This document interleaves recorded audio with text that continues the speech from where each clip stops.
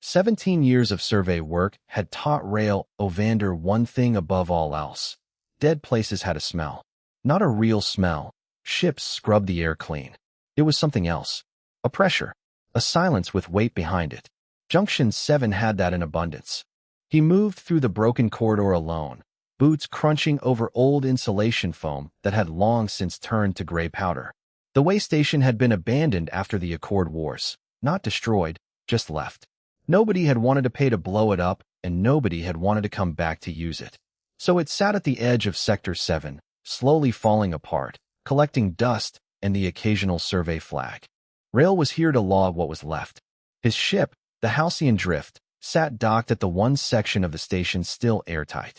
His crew chief Orva had grumbled about the docking seal for 20 minutes before finally admitting it would hold. His two other crewmates, Doss and Ferry, were inside running engine checks they didn't need to run, mostly to avoid suiting up. He didn't mind working alone. He spoke into his voice recorder as he walked. Corridor D7, structural integrity roughly 40%. Ceiling collapse in 3 sections. No salvageable materials of note. Moving toward the old storage wing. He paused, stepping over a twisted roof beam. This place really gave up on itself. He wasn't expecting to find anything worth filing twice. The scanner on his wrist beeped. He looked down at it. A heat signature, small, localized, coming from beneath a slab of collapsed wall panel about 2 meters ahead. Not the slow bleed of warm metal. This was animal heat. Alive heat. Rael crouched. He checked the reading twice. The source was no bigger than a house cat, and it was warm enough to mean blood and breath. He looked at the slab. It was heavy but manageable, the kind of lift a person could do carefully if they used their legs. He used his legs.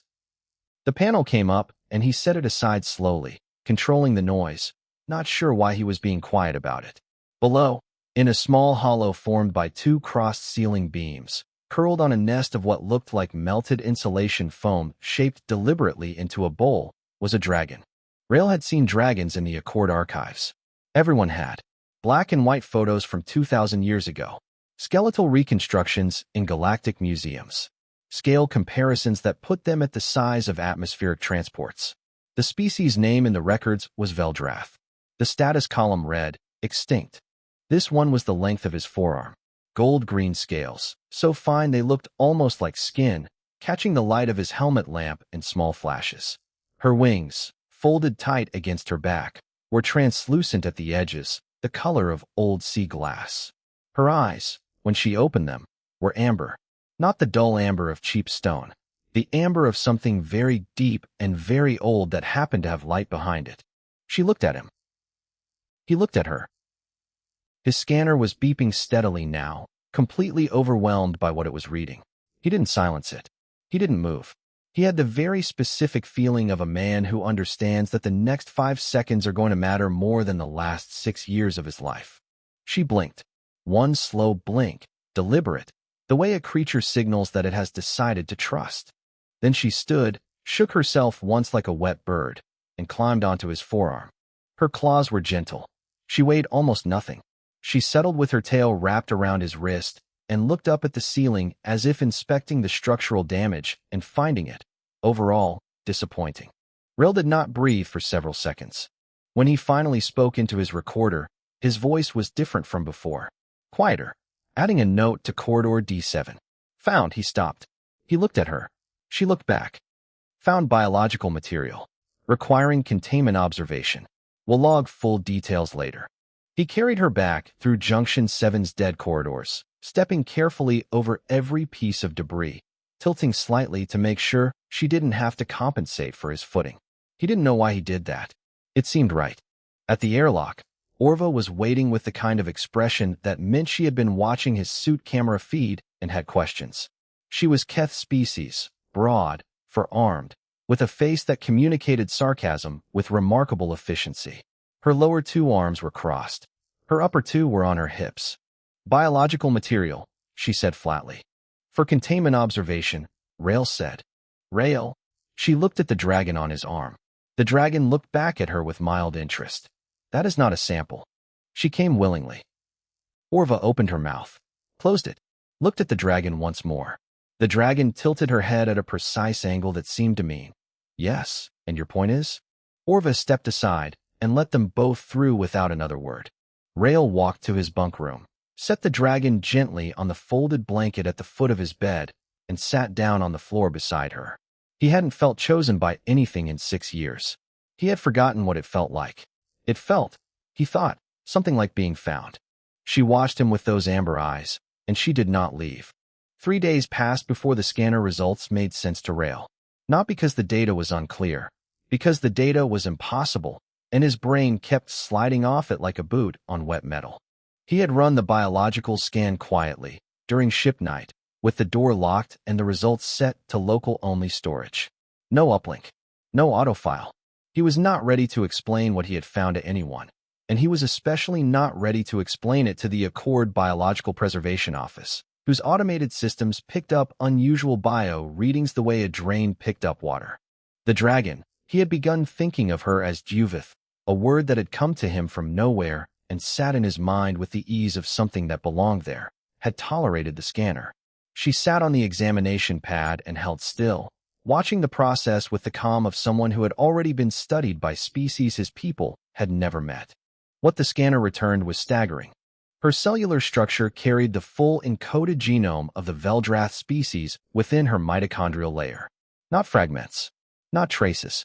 The complete record, every genetic line, every variation that had ever existed in the species, packed into her biology like a library held by a single librarian. She was not just the last of her kind. She was the archive of her kind. Every Veldrath that had ever lived was, in some form, carried inside her. Rael sat with that for a long time. On the second morning, she touched his hand. She pressed her snout against his knuckles. Not a bite, not an investigation. Something deliberate. And then the image came.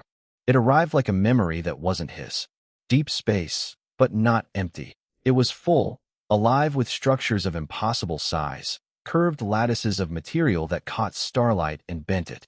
Beings moving through that space the way birds move through open sky, enormous and easy and at home. The stars were different. Older. He was seeing something from before his species had existed. Then another image.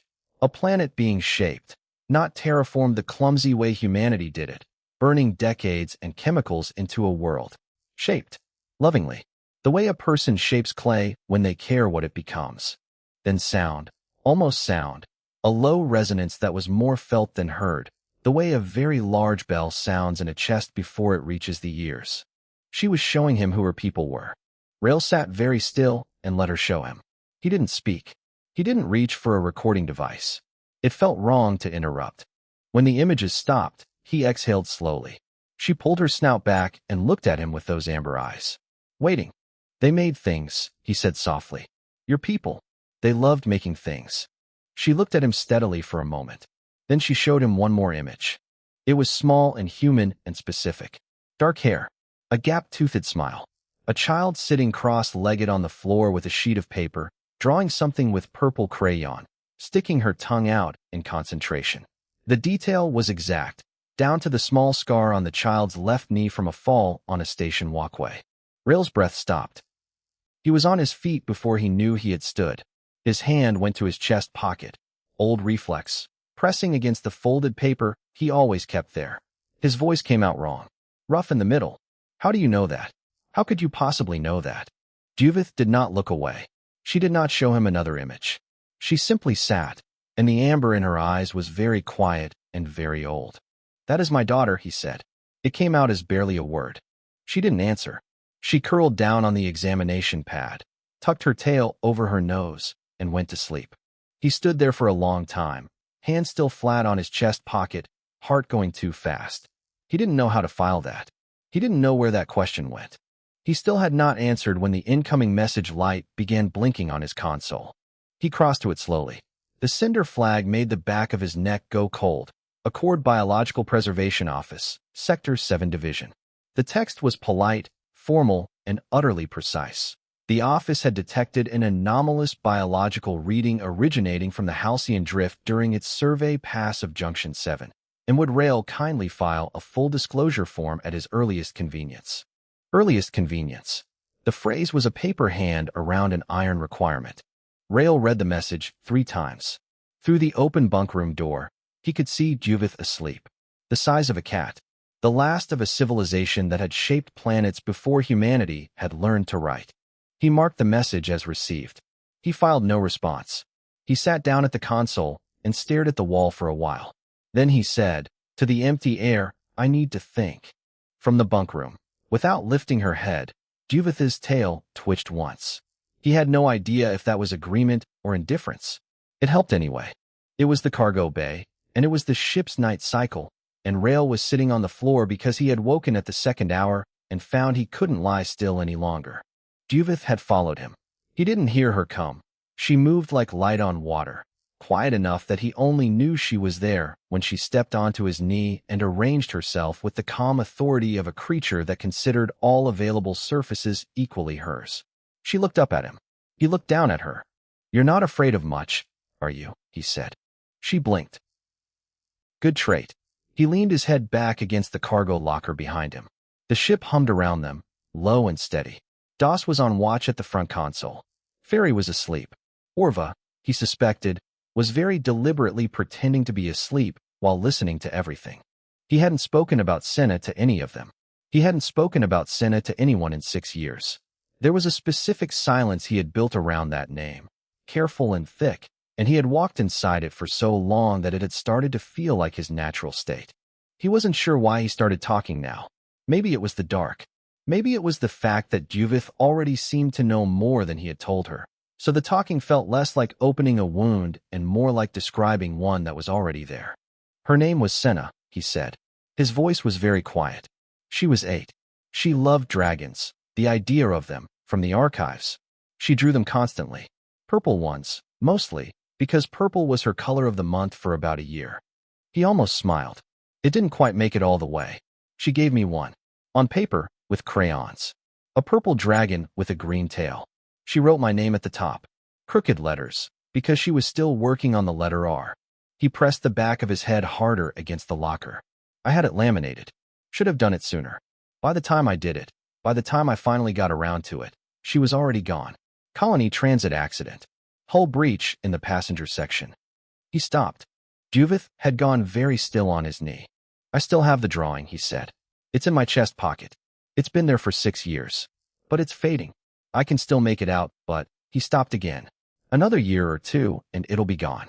He reached into his pocket and pulled out the folded paper. He had folded it the same way for 6 years. 3 folds. Careful, so the image faced inward.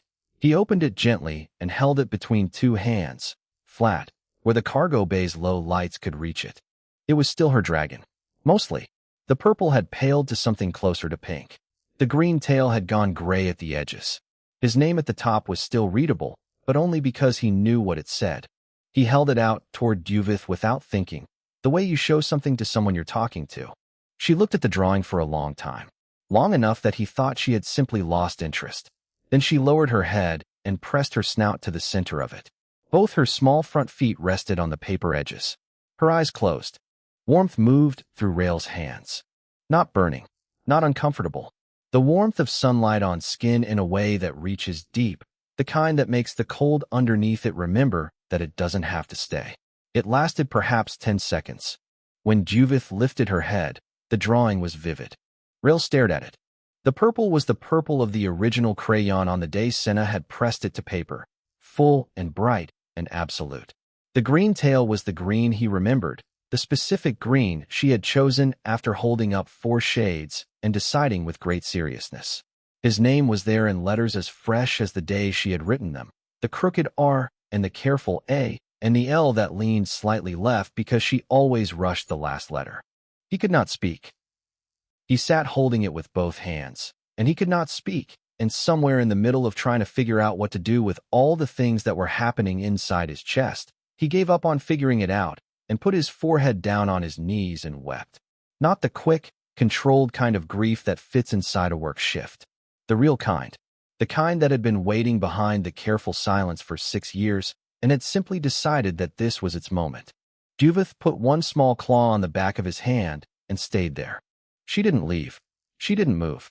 She held her position with the steadiness of something ancient and certain, and she let him come apart slowly and carefully in the dark, And when the worst of it passed, she was still there, her claw still light on his hand, her amber eyes open and watching and full of something that Rael, even through everything, recognized as care.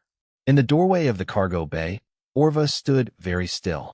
She had been there for several minutes. She saw the drawing. She saw the dragon. She turned and walked back to her bunk without making a sound. In the morning, she would file something. But that was the morning. The inspection cutter docked on a Tuesday. Rael knew it was coming. The Accord had sent 2 more follow-up messages after the first, each politer than the last in the way that meant the politeness was running out. He had answered both with vague technical language about ongoing biological containment protocols. It had bought him 9 days. Not more. The investigator's name was Velko. He was shorter than Rael expected, with the tidy look of a man who kept careful records and genuinely believed in them. Middle-aged, Accord standard ID badge, the kind of gray uniform that said institutional rather than military. He carried a scanning case in one hand and a data tablet in the other, and he thanked Rael for receiving him at the airlock with the tone of a person who was being sincerely polite because he intended to be thoroughly unpleasant immediately after. "I appreciate your cooperation," Velko said. "You're welcome," Rael said. Orva was standing behind Rael's left shoulder in the way she stood when she was planning to be unhelpful. She had 4 arms, and she had arranged all of them in configurations that communicated extreme patience, which, in Orva, meant she was prepared to be uncooperative for a very long time. Velko set his tablet down on the crew table and pulled up the anomalous reading from Junction 7. He walked through it methodically. Unusual biological heat signature, unusual cellular density reading, Veldraft probability flag at 92%, which, he explained, was the highest the flag had ever been triggered in the system's recorded history. He was not aggressive about it. He was precise. "I need to inspect the ship," he said. "Standard protocol." "Of course," Rael said. And then Orva began the tour. She was extraordinary. She took Velko through every section of the ship in an order that made logical sense while managing to be maximally time-consuming. She explained each system in great detail, asking him questions back when he tried to redirect, stopping at junctions to discuss power routing, pausing at the cargo bay to deliver a full 12-minute account of their salvage protocols at Junction 7 that was technically accurate and completely devoid of any information he actually wanted. Doss and Ferry, who had been briefed by nobody but had figured out the situation on their own, as crews do, backed her up with the helpful vagueness of people who had genuinely forgotten everything they might have known. When Velko finally reached the bunk corridor, Rael stepped forward and met him there. "I'd like to speak plainly," Rael said. Velko looked at him. "Please. If I tell you what I found, and you take her to an Accord facility, does she get a choice about it?" Velko was quiet for a moment. "She is a member of an extinct species. Accord preservation law is designed to protect. Does she get a choice?" Rael said again.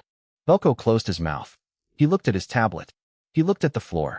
"No," he said, finally, and his voice had changed a little. Less certain. "The protocol doesn't provide for that.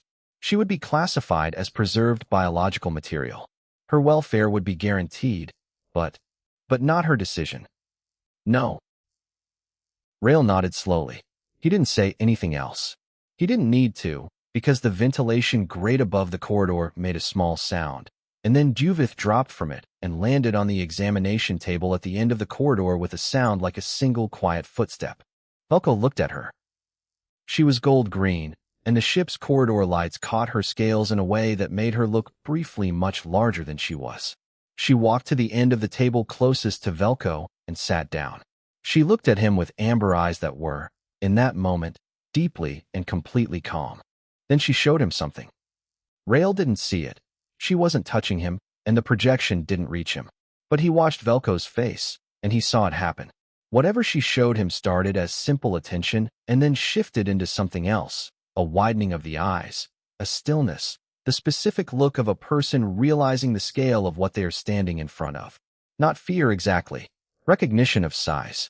The way a person looks when they step to the edge of something very deep and understand, for the first time, how deep it goes. Velko stood like that for perhaps 8 seconds. Then he exhaled. He picked up his tablet. He looked at Juvith one more time, and she looked back, and then he looked down at his screen and began typing. He typed for almost 2 full minutes in silence. "I'm closing the case file," he said, without looking up. "Subject not located. Continued general survey recommended for the Junction 7 sector." He snapped the case shut. He picked up his scanning equipment. He walked to the airlock without stopping. Rail followed him out of professional courtesy. At the seal, Velko paused. He looked at Rail with the expression of a man who had decided something and was at peace with it. "Keep her safe," he said. "Whatever she showed me. She has already seen more of this galaxy than any of us will. She deserves better than a lab." He left. That evening, a private message arrived in Rail's personal inbox. From Velko's ID. 3 words. "I saw nothing." Rail read it twice. He saved it. Then he went to find Duvith, who was asleep in his hood like she lived there, which she did. 3 months after Junction 7, Duvith had taken permanent residence in the hood of Rail's survey jacket. She rode there during surface walks, during console work. During meals she had no interest in eating. She fit precisely. He suspected she had arranged this on purpose. Ferry had stopped remarking on it after the first week. Doss had given her a name in his own language that translated to something like small permanent passenger, and considered the matter settled. Orva brought her small pieces of dried protein from the crew rations every morning without comment, as if it was a duty she had always had. Rail was teaching himself her language. That was what he called it, in his own head, though it was less learning and more being patient until the images arrived, then being more patient until he understood what they meant. She had no grammar he could map. She had context. Sequence. Wait. He built a vocabulary of sensation and kept it in a notebook, handwritten, because he didn't want it on the ship's shared system. She began bringing things to him intentionally in the 4th week. Not the sweeping memory impressions from the early days. Precise things, held out like objects placed carefully on a table. The first was a navigational concept. She pressed her snout to his wrist during his route plotting session and showed him a way of reading the space between transit nodes that he had no framework for. Not the standard geometry. Something older, something that treated the gaps between known lanes as terrain rather than empty distance. As if space had texture, and the texture had paths. He spent 3 days working out how to approximate it mathematically, filling 6 pages of his notebook with equations that felt wrong at first, and then, slowly, less wrong. He tested the idea on their next route. They shaved 11 hours off a crossing that usually took 42. Orva stared at the navigation report. "You changed the approach vector." "Slightly." "It's wrong by standard calculation." "Apparently not." She looked at him. She looked at his hood, where Duvith's small head was just visible above the collar. She made the Keth expression that meant she was filing this away for later. "Fine," she said, and went back to her work. The lessons continued. Materials science. She showed him how Veldrath engineers had understood lattice structures at a molecular scale, what they bonded and why. He wrote it down. He didn't fully understand it yet, but he wrote it down carefully. She showed him how to find what she thought of as the seams in space. Old routes her people had traveled so often they had left an impression, like a path worn into grass. They were invisible to modern scanners. She showed him how to see them in the noise. He was a scientist again. He had forgotten that he was, somewhere in the 6 years. He had been a surveyor, a job. Before the accident, he had been someone who genuinely loved knowing how things worked. She was handing that back to him in pieces, and he took each piece and turned it over and felt the specific pleasure of something fitting. One evening he asked her directly. He had gotten better at asking, clear, simple, with a mental question rather than just words, because she read intention more reliably than speech. He held the image in his mind, himself, in the hollow under the slab, reaching down. Then the question, why? Why wait? Why him? She showed him a long memory. Herself much younger, though younger was relative for a being who had lived through the fall of her own civilization, watching from Junction 7's dead corridors as ships passed through the sector. Survey ships, Accord patrol vessels, a few private haulers. She had been at the station for a long time. Decades, he thought. Maybe more. She had watched them scan and log and move on. Then she showed him something specific. Not the moment he found her. The moment before, when his scanner had beeped and he had stopped walking and crouched down to look. He saw it from her perspective, a suited human figure, pausing in the middle of a dead corridor, going to his knees in front of a slab of collapsed wall that had nothing obvious behind it. Then he watched himself lift the slab.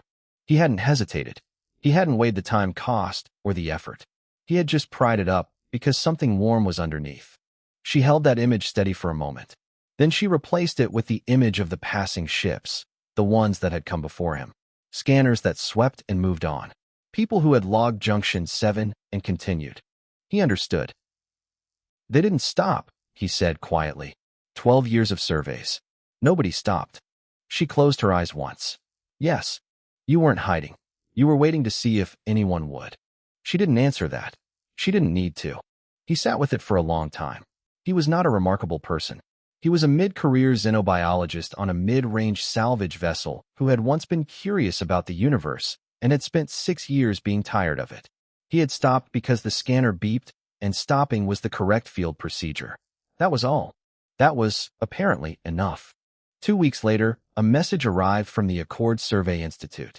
A physicist named Nina Borsch was writing to ask about an anomalous transit geometry he had used in a filed navigation report, one where he had been unable to stop himself from incorporating a small piece of what Duvith had shown him. She asked where he had learned it. He looked at Duvith. Duvith looked back. The world, he thought, was about to get considerably larger. Nina Borsch was not what Rael expected, which was his own fault for having expectations.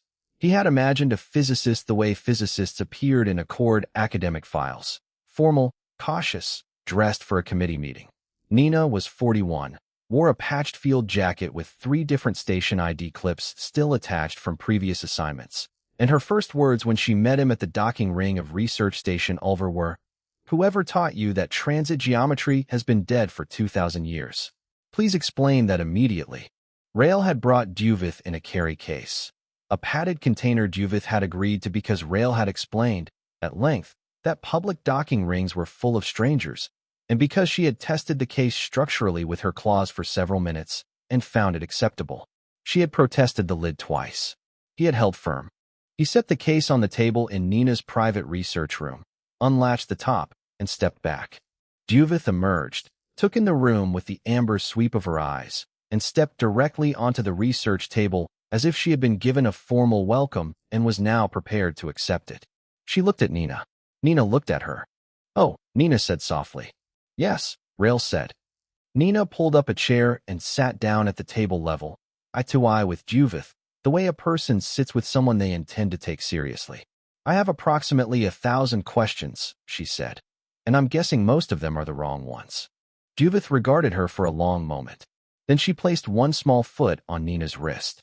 Nina went very still, and Rael watched the physicist's face go through the same progression he remembered from his own first week, the slight widening, the stillness, the look of something vast being understood for the first time. After a minute, Nina exhaled. "She just showed me a star map that doesn't match any known survey," she said. "The stars are right, but the lanes between them." She stopped. She pulled a notebook from her jacket pocket and started writing, fast. It began like that. They worked at Ulver for 6 weeks. Rael and Nina and Duvith, in the private research room that Nina had quietly booked under a project title so vague it attracted no attention. Long-Range Navigation Survey, Uncharted Approaches. They were not secretive, exactly. They were careful. There was a difference. What Duvith knew was not a single lesson or a single set of equations. It was a civilization's understanding of the physical universe, held in one small living body for 2,000 years. She did not give it all at once. She gave pieces, to Rael in sensation and image, and Rael and Nina worked together to translate those pieces into language that other humans could eventually use. It was slow. It was, Rael thought, the most interesting slow thing he had ever done. Nina was rigorous and honest, and occasionally furious when a concept slipped out of mathematical reach. She asked Duvith questions by writing them in simple language on a pad and holding it up. Duvith could not read human script, but she read Nina's intent and answered in images, and Nina swore at the ceiling and started writing again. One evening, 6 weeks in, Rael asked Duvith what she wanted. He held the question carefully. "Not what are you teaching us, not what did your people do. What do you want? For yourself. Now." She showed him a sky. Not space, not a station. A real sky. clouds moving in it, a sun sitting low and warm, wind moving through something that grew from the ground. A planet with weather and seasons and open air. She held the image longer than she usually held anything. He understood it was not a passing thought. She wanted to land somewhere. Not a research facility, not a ship bunk. A world, ground underfoot and sky overhead, and the specific quiet of a place that was simply a place, not a vessel, not a way station, not a hollow under a slab. Rail looked at Nina. Nina had seen the image too. Judith had projected it wide, which she did when she wanted both of them to understand something. Nina set down her pen. They didn't say it out loud that evening, but they both knew what the next project was. A month later, Rail was at his console, alone in the early hours before the station woke up. He had a navigation file open. Not a filed survey, not a commission. His own file, on his own system, titled the way he had titled things when he was still someone who made things for the pleasure of making them. He reached into his chest pocket. The drawing was there, still vivid, still purple dragon and green tail, still his name in Senna's crooked letters. He unfolded it and laid it flat on the console and looked at it for a moment. Then he found a small piece of adhesive strip and pinned it to the panel, top center, where he could see it every time he looked up. He had not had anything pinned there in 6 years. In his hood, Judith shifted, resettled, and went back to sleep. He opened the navigation file and began typing. Route survey, uncharted systems.